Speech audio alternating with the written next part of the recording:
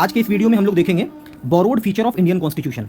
इससे पहले मैं आपसे रिक्वेस्ट करूंगा एक वीडियो आप जाके देख लीजिए जहां पर मैंने बताया ड्यू प्रोसेस ऑफ लॉ हमने कहां से लिया है, प्रोसीड्यूर एस्टैब्लिश्ड बाय लॉ कहां से लिया है, इक्वालिटी बिफोर लॉ कहां से लिया है और इक्वल प्रोटेक्शन ऑफ लॉ हमने कहां से लिया है। इसको याद कर लीजिएगा, क्वेश्चन पूछता है। आज हम लोग बात करेंगे ब्रिटिश कॉन्स्टिट्यूशन से हमने क्या क्या लिया है। तो बी से ब्रिटिश होता है और बी से होता है बाई कैमरलिज्म। तो सबसे पहले बाई कैमरलिज्म हमने यहां से लिया।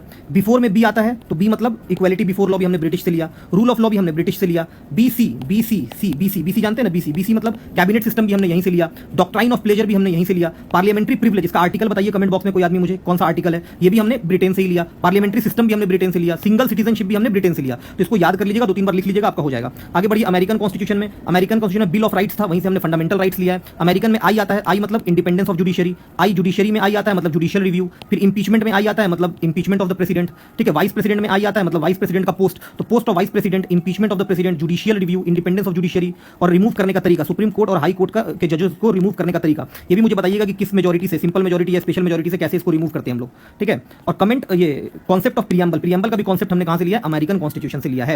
इन सब चीजों को आप याद कर लीजिएगा। आगे बात करते हैं कैनेडियन कॉन्स्टिट्यूशन का। कैनेडियन कॉन्स्टिट्यूशन में याद रखना जहां पे सेंटर वर्ड दिखे, सेंटर जहां पे दिखे समझ जाना ये कैनेडियन कॉन्स्टिट्यूशन है। कह रहा फेडरेशन विद स्ट्रॉन्ग सेंटर, जहां हम सेंटर को स्ट्रॉन्ग करेंगे कैनेडियन कॉन्स्टिट्यूशन। रेसिड्यूअरी पावर हमने किसको दिया, सेंटर को, मतलब Canadian constitution. Appointment of governor कौन कर रहा है, बाय द स्टेट। देखो एक पूछेगा ऑफिस ऑफ द गवर्नर की गवर्नर होना चाहिए, ये हमने कहां से लिया, गवर्नमेंट ऑफ इंडिया एक्ट 1935 से, एक गवर्नर होना चाहिए स्टेट में। लेकिन उसका अपॉइंटमेंट कैसे होगा, अपॉइंटमेंट कौन करेगा, सेंटर ही करेगा। ये कहां से लिया, कैनेडियन कॉन्स्टिट्यूशन से। Advisory jurisdiction of supreme court, इसका आर्टिकल बताइएगा, क्या आर्टिकल 143 है, कमेंट बॉक्स में बताइएगा मैं जो बोल रहा हूं सही है या गलत, ठीक है। तो कैनेडियन कॉन्स्टिट्यूशन ये हमने advisory jurisdiction of supreme court ने भी हमें कैनेडियन कॉन्स्टिट्यूशन ने दिया। आयरिश कॉन्स्टिट्यूशन कौन दिया हमें, आयरिश कॉन्स्टिट्यूशन आई को क्या करना है हमें, डीपी लगाते हैं ना, मेरा डीपी, तो डीपीएसपी आयरिश कॉन्स्टिट्यूशन।